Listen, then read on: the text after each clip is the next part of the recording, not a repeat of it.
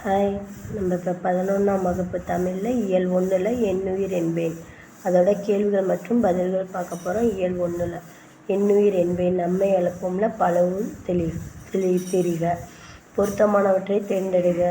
அதோட first answer என்ன? விடை ஆ இ. அடுத்து ரெண்டாவதுக்குரிய ஆன்சர் கபாடபுரங்களை கலாத்தாள் பாயிரம் இல்லது அன்றே பணுவல். ஒரு திரவ நிலையில் நான் விரும்பும் வகையில் என்னிடம் கீழ்ப்படிந்து நடந்து கொள்ளும் எனது மொழி எழுத்து மொழியாக பதிவு செய்யப்படுகிறது. ஆன்சர் என்ன? எழுத்து மொழியை விட பேச்சு மொழி எளிமையானது. மொழி முதல் எழுத்துக்களின் அடிப்படையில் முறையானதை கண்டுபிடிக்க. அன்னம் கிண்ணம். குருவினா பேச்சு மொழி எழுத்து மொழியை காட்டிலும் உணர்ச்சியை வெளிப்பாட்டு சக்தி மிக்கது ஏன்? எழுத்து மொழி எழுதுவதை மட்டும்தான் மனிதன் கை செய்கிறது. பேச்சு மொழி முகத்தில் இருந்து வாய் உடம்பில் இருக்கும் கைகளை காட்டிலும் உணர்ச்சி வெளிப்பாட்டை தெரிவிப்பதாக அமைந்துள்ளது. ஆனால் பேச்சு மொழி எழுத்து மொழியை காட்டிலும் அதிக உணர்ச்சி வெளிப்பாட்டு சக்தி மிக்கதாக உள்ளது. என் அம்மை ஒற்றியெடுத்து நெற்றிமணி அழகே வழி வழி நினதடி தொழுதவர் உழுதவர் விதைத்தவர் வியர்த்தவர்களுக்கெல்லாம் நிறைமணி தந்தவளே. இக்கவிதை அடிகளில் உள்ள வினையாளனின் பெயரை எழுதுக. வினையாளனின் பெயர்கள் தொழுதவர் உழுதவர் விதைத்தவர் வியர்த்தவர். பாயிரம் பற்றி நீங்கள் அறியும் கருத்து யாது? விடை நூலை உருவாக்கும் ஆசிரியரின் சிறப்பு, அந்நூல் வழங்கும் கருத்து வளம். இவ்விரண்டினையும் தொகுத்து நூல்முகப்பில் வைக்கும் முறை பற்றி பேசுவது பாயிரம் ஆகும். பாயிரம் பொதுப்பாயிரம் சிறப்பு பாயிரம் என இருவகைப்படும். உயிரெழுத்து 12 திருக்குறள் நாலடியார் இச்சொற்களின் எவ்வகை ஈற்றெழுத்துக்கள் அமைந்துள்ளன? உயிரெழுத்து உயிர் கூட்டல் எழுத்து இரு மெய்யீறு 12 10 கூட்டல் 2 இத்து ப்ளஸ் உயிர் ஈறு. திருக்குறள் திரு கூட்டல் குறள் இரு கூட்டல் உயிர் ஈறு. நாலடியார் 4 கூட்டல் அடியார் இக்கு கூட்டல் உயிர் ஈறு. இனம் மொழி குறித்த இரசூல் கம்சாதேவ் பார்வையை குறிப்பிடுக. தம் இனத்தையும் மொழியையும் பாடாத கவிதை வேறில்லாத மரம் கூடில்லாத பறவை. இதுவே இனம் மொழி குறித்த இரசூல் கம்சேதேவ் பார்வையாகும். சிறுவினா வில்வரத்தினர் பாடத்தான் வேண்டும் என எவற்றை குறிப்பிடுகிறார்? என் அம்மை ஒற்றியெடுத்த நெற்றின் அழகே. காலம் காலமாக தமிழன்னையை போற்றியவர்கள், சங்கமமிட்டு தமிழன்னையை பாடியவர்கள், தமிழ் பாயிரம் வளர அயராது உழைத்தவர்கள். இவ்வாறு தமிழ்மொழி வளர இடைவிடாது உழைத்தவர்களுக்கு பல்லாண்டு பல்லாண்டு பல்லாயிரத்தாண்டு பாடத்தான் வேண்டும். காற்றில் ஏறி ஒலிக்கின்ற கடலையும் நெருப்பாறுகளையும் சிகரங்களையும் கடந்து செல் என்னும் ஒரு பாடலையும், கபாடபுரங்களை கடல் விழுங்கிய பின்னரும் காலத்தால் அழியாத தொன்மையான இலக்கிய வலிமையெல்லாம் சேர்த்து பாடத்தான் வேண்டும் என்று உள்வதினம் குறிப்பிடுகிறார். நூல் ஒன்றின் முகவுரையில் இடம்பெற வேண்டுவனவாக நன்னூல் எவற்றை குறிப்பிடுகிறது? நன்னூல் ஒன்றின் முகவுரையில் இடம்பெற வேண்டுவன. முகவுரை நூலுக்கு முன் சொல்லப்படுவது பதிகம் 5 பொதுவும் 11 சிறப்புமாகிய பல வகை பொருட்களையும் தொகுத்து சொல்வது. அணிந்துரை புணந்துரை நூலின் பெருமை முதலியவை விளங்க அலங்கரித்து சொல்வது. நூன்முகம் நூலுக்கு முகம் போல முற்பட்டிருப்பது. புறவுரை நூலுக்கு சொல்லிய பொருள் அல்லாதவற்றை நூலின் பரத்திலே சொல்வது. தந்துரை நூலின் சொல்லிய பொருள் அல்லாதவற்றை தந்து சொல்வது என்பனவாகும். எண்ணுயிர் தமிழ் என்பேன் என்னும் தலைப்பில் நீவிர் கொண்டுள்ள மொழி பற்றினை எழுதுக. தொன்மையான மொழி உலகின் முதல் மனிதன் பேசிய மொழி தமிழ்மொழி. இயல் இசை நாடகம் எனும் முப்பெரும் பிரிவுகளை உள்ளடக்கிய மொழி. பொருள் இலக்கணம் கூறும் மொழி. கல் தோன்றி மண் தோன்றா காலத்தை வாழடு முன் தோன்றிய மூத்த குடி தமிழ் குடி. 16 செவ்வியல் தன்மைகளை கொண்டது தமிழ்மொழி. யாம் அறிந்த மொழிகளிலே தமிழ்மொழி போல் இனிதாவது எங்கு காணோம் என்று பாரதியார் பாராட்ட பெற்ற தமிழ்மொழி. உயிரை உணர்வை வளர்ப்பது தமிழே என்று பாரதிதாசனால் பாடப்பெற்ற தமிழ்மொழி. இவை யாவும் தமிழ்மொழி மேல் நாங்கள் கொண்டுள்ள பற்றாகும். கூற்று குறியீட்டு கவிதை என்பது பொருளை பதிவு செய்வதன்று நினைவு கூறத்தக்க தருணங்களை பதிவு செய்வதாகும். கவிதை கூண்டு திறந்தது சிறகடிக்கவா இல்லை சீட்டெடுக்கவா? கூற்றில் குறியீடு என குறிப்பிடப்படுவது கவிதையில் எப்பொருளாக வந்துள்ளது? விடை சிறகியிருந்தும் பறப்பதை மறந்த கிளி, எஜமானின் விரலசைவுக்கு சீட்டெடுக்கும் கிளி, சீட்டெடுக்க மட்டும் வெளியே வருவதற்கு அனுமதி. யாரோ ஒருவனின் வன்மத்திற்கு சுதந்திரத்தை பறிகொடுக்கும் வாயில்லா கிளியின் அடிமை வாழ்வு. மொழி முதல் இறுதி எழுத்துக்கள் யாவை? ஒவ்வொன்றிற்கும் எடுத்துக்காட்டு தருக. மொழி முதல் எழுத்து மொத்தம் 22. உயிரெழுத்துக்கள் ஆ முதல் அவ்வரை 12. எடுத்துக்காட்டு: அம்மா, அடி, இலை, ஈட்டி, உரல், ஊஞ்சல், எறும்பு, ஏணி, 5, ஒட்டகம், ஓடம். அவ்வை ஆயுத எழுத்து சொல்லில் முதலில் வராது. இக்கு, இஞ்சு, இச்சு, இஞ்சி, இத்து, இந்து, இப்பு, இம்மு, ஈ, இவ்வு. மெய்யெழுத்துக்கள் 10. எடுத்துக்காட்டு: கப்பல், நனம், சக்கரம், நமளி, தண்ணீர், நண்பன், பந்து, மருத்துவர், எவர், வரம். மொழி இறுதி எழுத்து மொத்தம் 24. உயிரெழுத்து 12, மெய்யெழுத்து 10. குற்றியல் உகரம் 1. உயிரெழுத்துக்கள் 12ம் சொல்லின் இறுதியில் வரும்.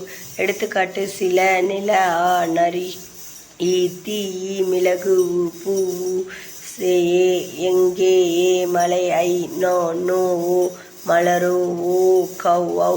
மெய்களின் இங்கு, இன்னு, இந்து, இம்மு, இன்னு, இரு, இல், இவ், இல் என்னும் 11 சொல்லின் இறுதியில் வரும். எடுத்துக்காட்டு: மெல்லினமை, உரின், பெண், வெறிந்த், அறம், மான். இடையின் மெய், பொய், பால், தேவ், யா, பால், வாள். பல இலக்கண நூலார் மொழி இறுதி குற்றியலுகர எழுத்தையும் சொல்லின் இறுதியில் வருவதாக சேர்த்து கொள்வர். எடுத்துக்காட்டு: எஃகு குற்றியலுகரம் ஈராயிற்று. நெடுவினா: நீங்கள் மொழியை வெளிப்படுத்தும் நிலையில் பேச்சு மொழியையும் எழுத்து மொழியையும் எவ்வாறு உணர்கிறீர்கள் என்பதை விவரிக்க. பேச்சு மொழி நேரடி மொழி. எழுத்து மொழியை காட்டிலும் பேச்சு மொழி உணர்ச்சிக்கு மிக அருகில் இருக்கிறது. எனவேதான் இலக்கிய வழக்கை கைவிட்டு பேச்சு மொழிக்கு திரும்பியவுடன் கவிதையானது அதிக சக்தியாக மாறிவிடுகிறது. முகத்தில் இருக்கும் வாய் உடம்பில் இருக்கும் கையை காட்டிலும் உணர்ச்சி வெளிப்பாட்டை தெரிவிப்பதாக அமைந்துள்ளது.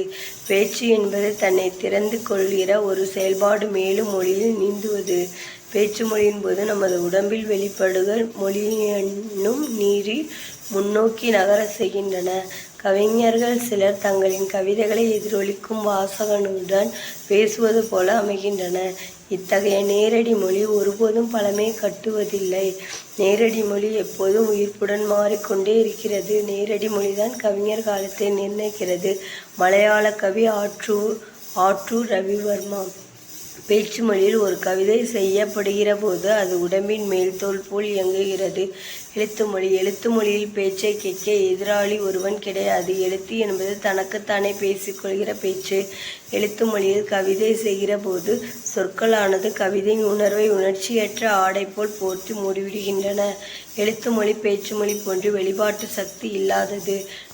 நன்னூல் பொதுப்பாயிரம் சிறப்பு பாயிரம் வாயிலாக அறியலாகும் செய்திகளை தொகுத்துரைக்க. விடை: பாயிரம் நூலை உருவாக்கும் ஆசிரியரின் சிறப்பு, அந்நூல் வழங்கும் கருத்து வளம். இவ்விரண்டினையும் தொகுத்து நூல்முகப்பில் வைக்கும் முறை பற்றி பேசுவது பாயிரமாகும். பாயிரமானது பொதுப்பாயிரம் சிறப்பு பாயிரம் என இருவகைப்படும். பொதுப்பாயிரம் நூலின் இயல்பு, மாணவர் இயல்பு, ஆசிரியர் இயல்பு, கற்கும் முறை, கற்பிக்கும் முறை என்னும் 5ஐயும் கூறுவது பொதுப்பாயிரம். சிறப்பு பாயிரம் நூலாசிரியர் பெயர், நூல் பின்பற்றிய வழி, நூல் வழங்கப்படுகின்ற நிலப்பரப்பு, நூலின் பெயர், தொகை, வகை, விரி என்பனவற்றுள்ள இன்னத்தில் இயற்றப்பட்டது என்னும் யாப்பு, நூலில் குறிப்பிடப்படும் கருத்து, நூலை கேட்போர், நூலை கற்பதனால் பெறுகின்ற பயன் ஆகிய 8 செய்திகளையும் செம்மையாக தெரிவிப்பது சிறப்பாயிரத்தின் இலக்கணமாகும். தமிழர் வாழ்வோடும் புலம்பெயர் நிகழ்வுகளோடும் முத்துராமலிங்கத்தின் திணை பாகுபாடு எவ்வாறு இணைக்கப்படுகிறது? விடை: முன்னுரை. முத்துராமலிங்கம் எழுதிய 6ஆம் திணையில் புலம்பெயர்தல் படம் பிடித்து காட்டப்பட்டுள்ளது. புலம்பெயர்தல் என்பது தாம் வாழும் ஒரு இடத்தை விட்டு மற்றொரு இடத்திற்கு பற்பல காரணத்திற்காக பயணிப்பதும், பயணித்த இடங்களையே வாழிடமாக கொண்டு வாழ்க்கையை கழிப்பதுமாகும். புலம்பெயர்வது ஒன்றும் புதிதல்ல. ஆயிரம் ஆண்டுகளாக மனிதன் புலம்பெயர்ந்தபடியே இருந்து வந்துள்ளான். சங்க இலக்கியத்தில் புலம்பெயர்தல். சங்க இலக்கியத்தில் குறிஞ்சி, முல்லை, மருதம் நெய்தல், பாலை நிலப்பாடல்களின் தலைவன் தலைவியை பிரிவதை பொருள்வையின் பிரிவு என்று குறித்தனர். பொருள் தேடுதல் காரணமாகவே புலம்பெயர்ந்தனர். நற்றிணை 153வது பாடலில் தனிமகனார் என்ற புலவர் சினம் கொண்ட அரசின் கொடுமை தாங்காமல் துயருற்று ஊரை விட்டு ஓடிய கதை கூறப்பட்டுள்ளது. வெளிநாடுகளில் தமிழர் உலகம் முழுவதும் தமிழர்கள் 8 கோடி பேர் இருக்கிறார்கள். நியூசிலாந்தில் இருந்து அலாஸ்கா வரை 10 லட்சம் தமிழர்கள், கனடாவில் மற்றும் 3 லட்சம் தமிழர்கள் இருக்கிறார்கள். 1983ஆம் ஆண்டிற்கு பின்னரே கனடாவில் தமிழர்கள் குடியேறினர். குடியேறிய சில வருடங்களிலே பத்திரிகை மூலம் தங்கள் புலம்பெயர்வு வாழ்வை பதிவு செய்தார்கள். 2012ஆம் ஆண்டு முதல் ஜனவரி 14ஆம் நாள் தமிழர் பாரம்பரிய நாள் என பிரகடனப்படுத்தப்படுகிறது. கனடாவில் ஒரு சாலைக்கு வள்ளி வீதி என்று பெயர் சூட்டப்பட்டுள்ளது. எழுத்தாளர் ஆ. முத்துராமலிங்கத்தின் புலம்பெயர்வு. 1958 மே மாதம் ஒரு இரவு கொழும்புவில் ஒரு இனக்கலவரம் நடந்தேறியது.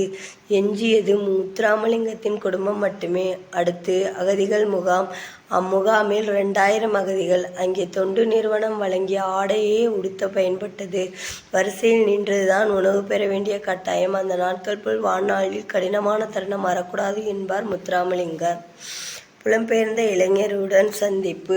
ஒரு சமயம் புலம்பெயர்ந்த இளைஞர் ஒருவரை முத்துராமலிங்கம் சந்தித்தார். அவ்விளைஞர் இலங்கையிலும் பாங்காக்கிலும் சிறையிருந்தவர். கனடாவில் 17 முறை வேலைக்காக நேர்காணலுக்கு சென்றவர். நேர்காணலில் உளது திறமை என்ன என்று கேட்டதற்கு, இதுவரை நான் உயிர் தப்பி வாழ்வதுதான் தனது திறமை என்றாராம். இன்று அவர் வாகன ஓட்டுநர். முடிவுரை. சங்க இலக்கியத்தின் 500 நூலின் ஐவகை நிலத்திற்கு 100 பாடல் வீதம் 500 பாடல்கள் உள்ளன. அந்த நூலில் பழியும் பணி சார்ந்த நிலத்துக்கு பாடல்கள் இல்லை. 10 லட்சம் மக்கள் புலம்பெயர்ந்து பனிப்பிரதேசங்களில் நாட்களை கழிக்கிறார்கள். முத்துராமலிங்கத்தின் கொக்குவில் கிராமத்தில் காகம் உண்டு. 6 மணி குருவியும் உண்டு. காகம் பறக்கும். அதன் எல்லை 2 மைல் தூரம்தான். 6 மணிக்கு குருவி பறக்கும். அதற்கு எல்லையே இல்லை. இமயமலைக்கும் போய் மீண்டும் திரும்பும். இப்படித்தான் பிறந்த மண்ணான ஈழத்தினின்று 6 மணி குருவி போல் பறந்தனர். ஈழத்தவருக்கு எல்லையே இல்லை. அவர்கள் உலகம் பனியும் பனி சார்ந்த நிலமும். ஆமாம், இவர்கள் 6ஆம் திணையை சார்ந்தவர்கள்.